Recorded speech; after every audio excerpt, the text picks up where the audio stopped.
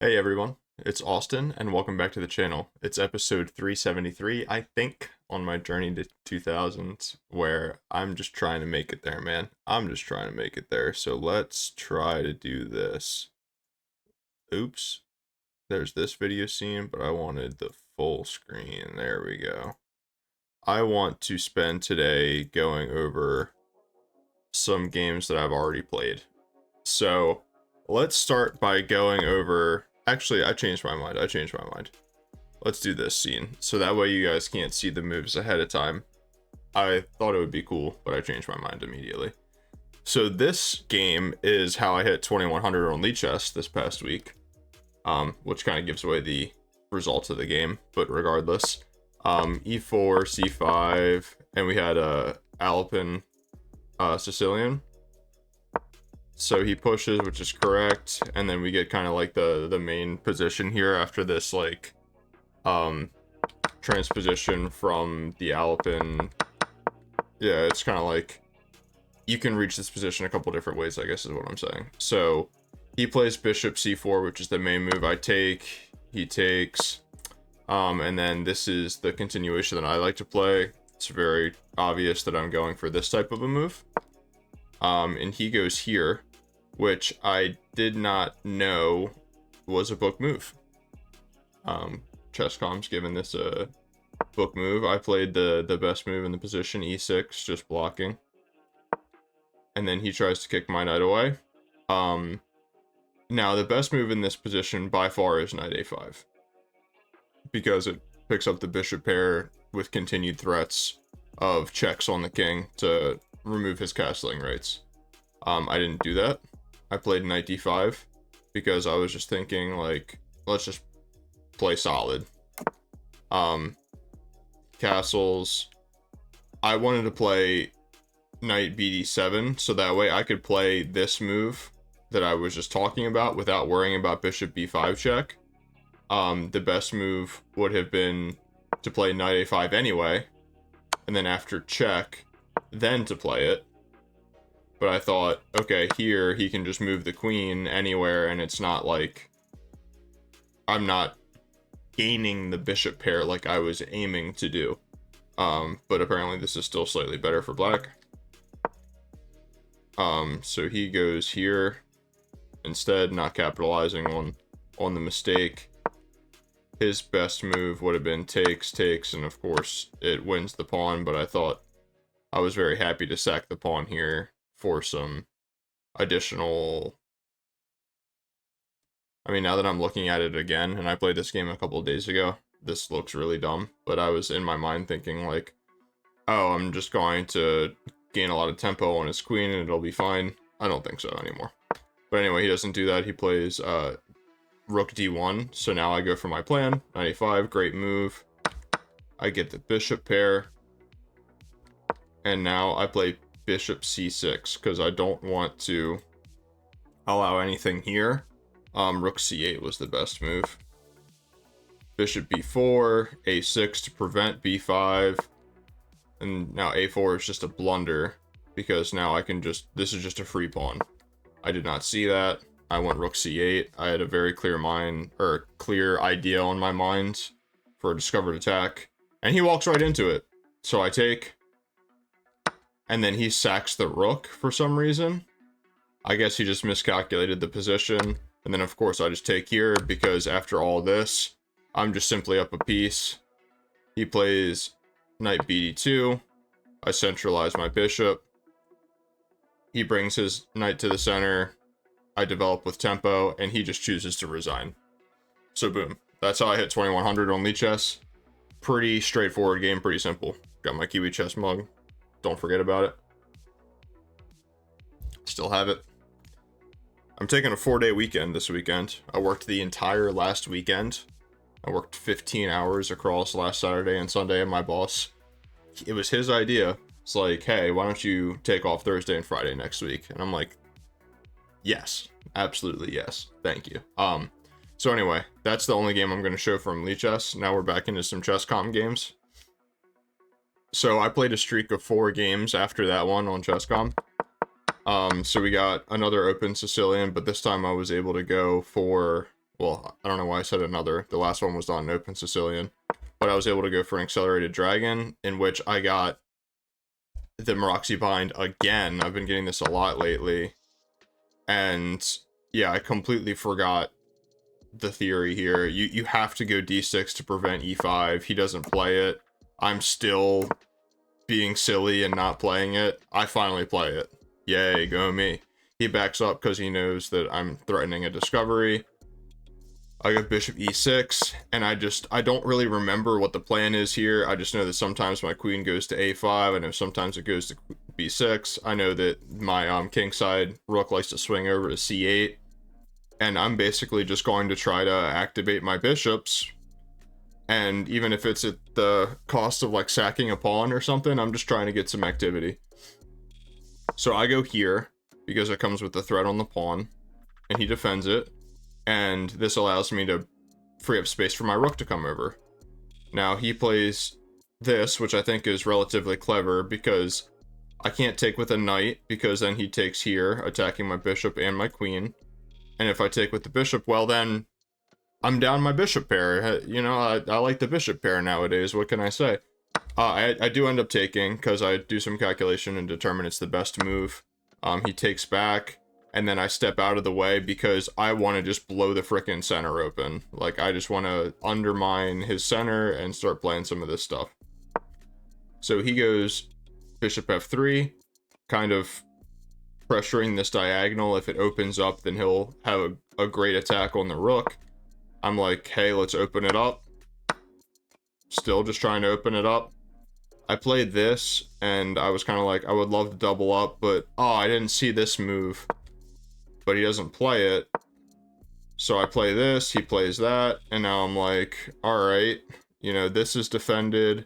This is out of the way. I've got my rooks on an open and semi-open file. I've got this bishop ready to do some work.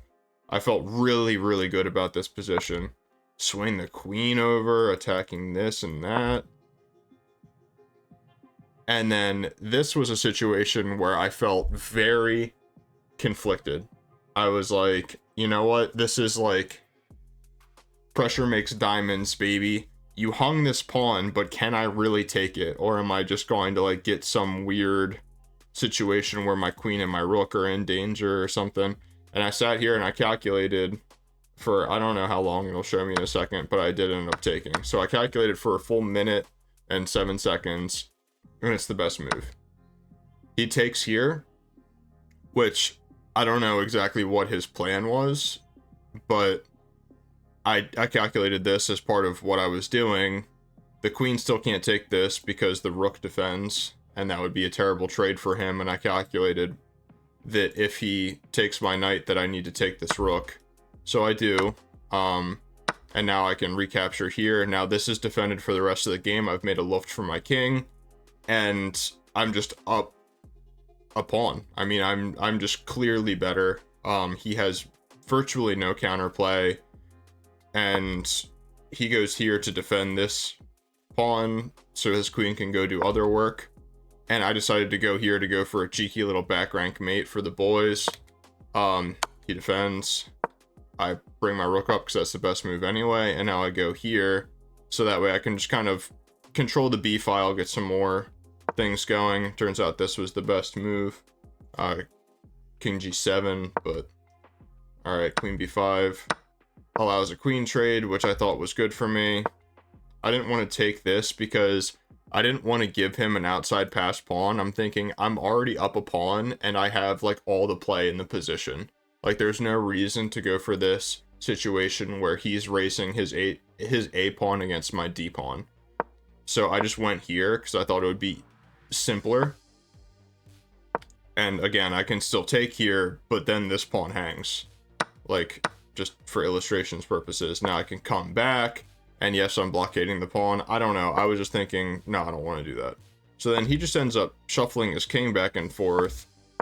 And then I just slowly kind of bring my pieces, and all of these are misses, you know, whatever. And the idea here is that I was not in a rush. Like, could I have played these moves sooner? Sure. But there is not really a miss because he had no play. Like there was nothing that he could do. So I was just kind of like playing it slow, playing it chill. And yeah, so now I swing over here. He's not hitting this pawn anymore. I don't have to worry about defending it. And now I push this pawn so that way I can anchor my bishop in. Boom. And it's all calling it inaccuracies. And here he's down to 30 seconds. So I'm thinking that I kind of just want to press. And I do make this mistake. E6 is definitely a mistake. This is giving him some play. What the computer wanted was bishop e1 and just win this pawn and win the game that way. Just kind of infiltrate his king side and bully him. But anyway, I go for this pawn break, takes. He goes there. It's defended twice. There's not really a point in that. So I bring my king up. And now he can bring his king this way. And apparently this is worse than I thought it was. But I mean, I'm just getting in with my king. Like, I'm just doing work. So wasn't super worried about that. He goes for this check, which is just a gigantic mistake because it brings my king where I want it. And then he takes, which I don't care about because I'm just winning all of his other pawns. This was kind of something that I just kind of wanted to pour a little bit of salt in the wound. I was like, nah, my rook's going to do work back here. Your rook is not allowed in. Do I have to do this? No, I can just do this. And then he can like try to get active with his rook, but I'm like, nah, not going to happen, bruh. So yeah, that was a win. That brought me up to this game where I had black again. So you're about to see like the third black game in a row. And I'm just going to try to speed through these games because there's 5 total games. So he goes for like this King's Indian attack type of structure. I'll tell you what. My people from Indonesia, you guys always give me like the hardest games straight up.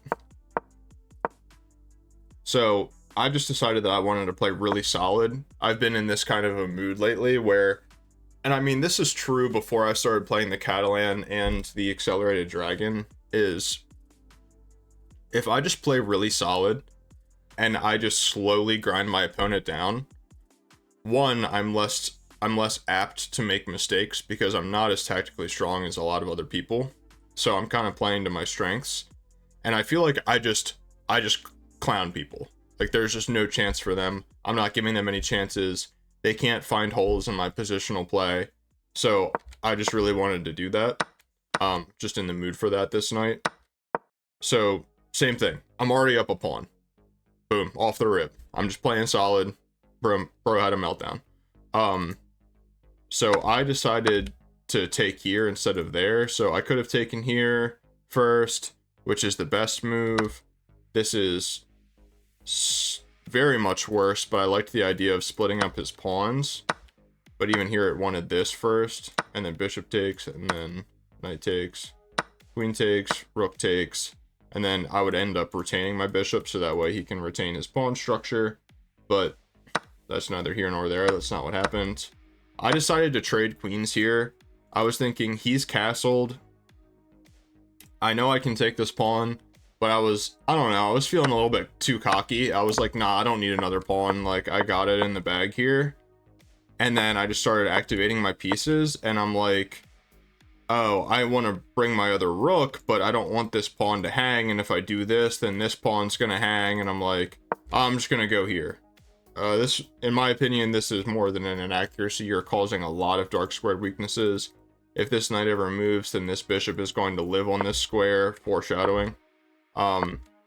So he ends up clogging it up, and then I go in here. He trades, he's able to activate his king, and then again, I'm just making all these dark squared weaknesses. I didn't want to go here because it just drops the pawn. I didn't want to go here because I thought that it would end up being a backward pawn long term. So I was just playing really poorly this game, to be honest. I go here with my bishop, which is kind of just walking into this type of a situation, which isn't great. It would have been better to go bishop f5 and continue to cut his king off from getting into my position at all. But again, I'm just playing really poorly this game.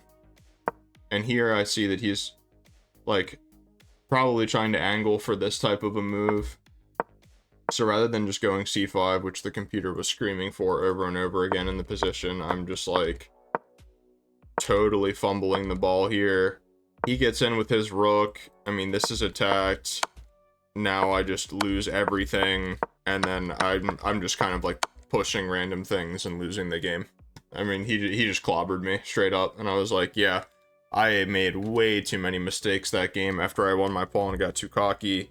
And yeah, that was a very well-deserved win by my opponent there.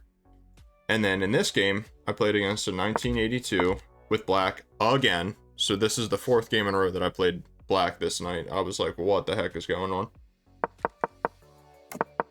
Hella practice with the Sicilian. Against this Baldur attack, I really like to just go for an early d5. And here I was kind of experimenting a little bit because I really like to block this incoming check with bishop e7, and then I like to bring my knight out to f6, of course, and whenever they can pin the knight with bishop g5, then it ends up causing a lot of heartache. So I was just kind of like, I'll just play this right away. I'm never worried about this because I can always just, first of all, my queen is defending, and the king is defending, and the knight is defending. I mean, I know it's pinned, but generally speaking, you can always just go bishop e6, and the knight can't go here anymore because I've already played h6. So I was like, this is simple. And I was like, I'm not going to take that and help you develop your knight with tempo on both of my pieces. So I don't, and then he captures, which helps me develop with tempo. Well, not necessarily with tempo, but it helps me develop. And I'm just getting a very simple game here. Very standard Sicilian game. I get my a6, b5 rolling. I'm ready to bring my rooks to the center, queen out. He's already moved his rook off of f1, making the f2 square very vulnerable when my bishop's on this diagonal. And I'm just kind of like, I'm going to not worry about this bishop for the rest of the game. I'm going to just take this. It wants this right away, so that way I can just get into some cheeky other stuff, but now once rook 81, d4 kind of prevents this pawn from ever really being taken. Bishop takes e6. Queen a5. Good golly. I don't know. I don't feel like calculating all that right now. I just went knight a5 because I wanted to take the bishop, mess up his pawns. So I did. And now I go here. He's trying to take my knight, but I don't really care about that. So I go knight g4. I calculated that he can't really take this pawn because I'm attacking this. So he goes here, intercepting the view of my bishop, which I thought was smart. I trade, I come back, I'm playing solidly again. Bring my rooks to the center. Again, I'm just playing solid.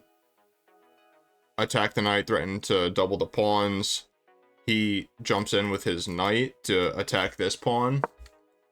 I get a tempo on his queen, because the queen's more important than the pawn, obviously. And I'm already thinking, like, okay, his queen's off the 2nd rank now. If this rook ever moves, then he's cooked. So, with that in mind, you can't take this, because then the rook hangs. So that allows me to double his kingside pawns. Big foreshadowing. And he wins a pawn here, but I just knew that it was no good for him. It was just his 2 sets of doubled pawns. The engine says it's 0.7, but I just had a really good feeling about my chances here. So I go here, I'm attacking this, I'm attacking that. I mean, this is defended, but you get the idea. He misses it, and I'm able to get back up to equal material.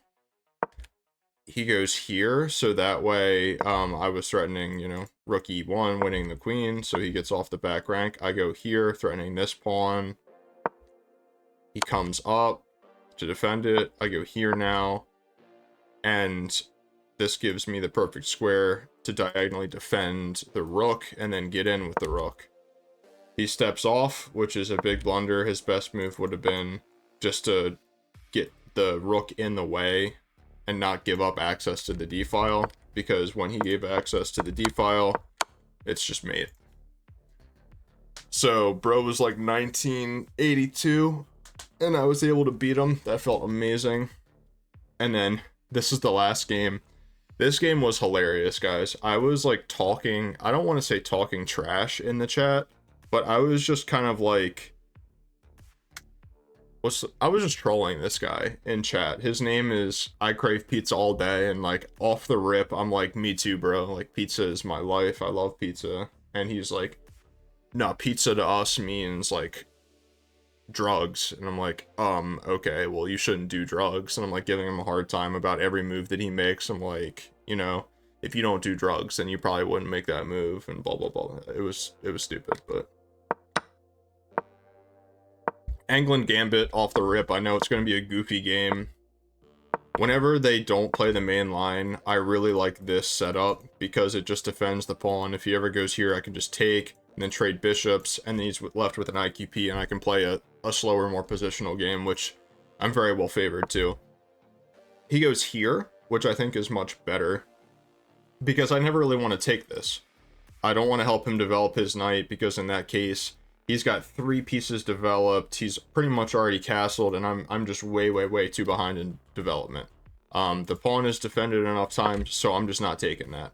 I go e3 so that way I can develop my light squared bishop, get castled. He's swinging. Throws h5 out there. I go h3. At this point, it does want me to take because if I now have bishop d3 going for this check, and his light squares are too weak because he's pushed his f pawn and the h pawn. But anyway, I didn't do that. I just played h3 because obviously I see g5 is coming. I want to give a spot for my bishop to get away to. So I do. And in this game, I don't know why, I was just like, I'm not taking anything that he gives me. I'm going to calculate everything out to the fullest. I'm just like, I'm going to beat this guy. I don't know why. I don't know what came over me, but I was like, nah, I'm going to really put in work this game. So I go towards the center. He finally recaptures his pawn. But now we're about even in development, and he's caused all of these weaknesses on the king side. I develop my light squared bishop to threaten to take this pawn. He defends it. I develop my knight. Again, I'm trying to develop. He opens this up, so that way he has a space for his knight.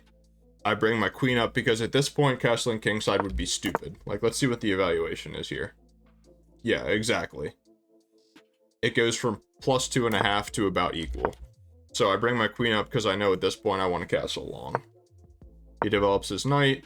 I go a3 because I didn't like the idea of him being able to pin my knight to my queen and then jump his knight into the center. I thought that would be extremely strong for him. So why is this bad? So like, let's say I castle and he goes here.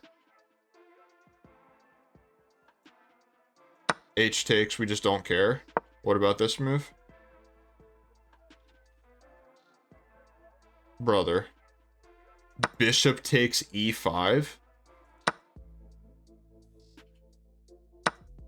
Nah.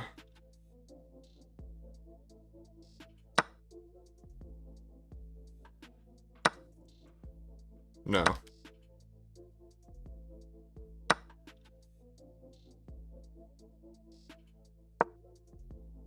What on earth is this nonsense? I mean, technically we're up material. Okay, so I mean, I didn't have the wrong idea in my head, but I evaluated the position incorrectly because the engine is just cold-blooded. It's like, yeah, I don't mind giving up the queen for all this stuff. Look at all this extra stuff I get. So anyway, he goes here on a castle. Bishop f4 is the best. Because I'm just cutting off his king. Queen e7. I go here because now I'm looking for this fork. Bishop g3 was the best. This was a very tactical game. Bishop g3, so that way now I want to take, and then he wouldn't be able to take back. So he would castle would be natural. Bishop h4. And now I'm jumping in for the same type of idea except on him. So now he needs to move the queen. And now it also defends the square. Yeah. So basically it was just an insane game. I castle, he goes here, I go here going for the fork, and now I'm like, forget it. He's not attacking me, I'm attacking him. I'm sending it. I'm going for this, I'm going for that. I'm going for here to remove the defender of this. What I didn't see was just bishop b6. I wish that I would have seen this, and that's why queen a5 is just a mistake. As a matter of fact, that's the only move that's -1, and he doesn't play it, he blunders. So now you know that I'm like giving this guy the hardest time in chat. I'm just giving him the hardest time, and because he was already like talking crap to me, and now I'm thinking, all right, I can probably already take this and then go for some sick discoveries and that kind of stuff.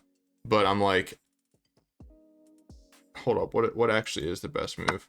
Yeah, knight takes f5 because you can't take because it's pinned. Yeah, that's like some disgusting stuff going on already.